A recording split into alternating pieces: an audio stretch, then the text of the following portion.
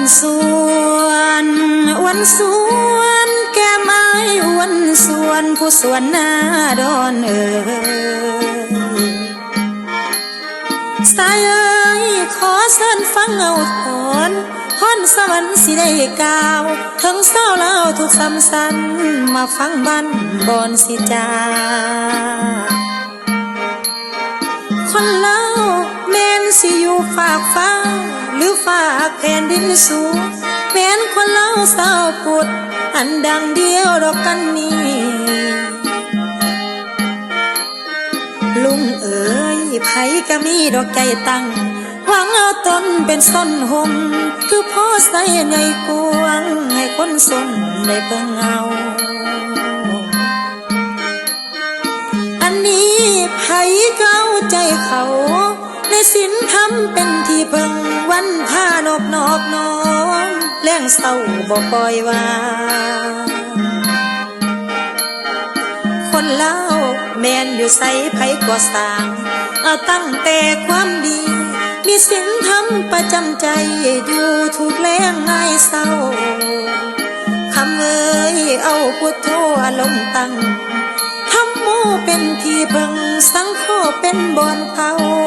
แล้งเศร้ากะนกมือเพราะว่าเล่าเคยถือดอกสินสางบอกป้าวางให้เป็นเป่าย่อมือทุกคำเศร้าวอนเว้าพุทธองค์ย่านว่าย่านใส่ลงดอกสินหาอันป้านาสิเป็นบาปย่านลืมสินเจ้าหาขอเฮียนพ่อละแลนกายอันสองอาทินานันเดอายเฮียนกายไปแล้วบ่จื้ออยู่บ่คำเพิ่นเว้าแล้วเศร้าก็ใส่ใจมุกสาวา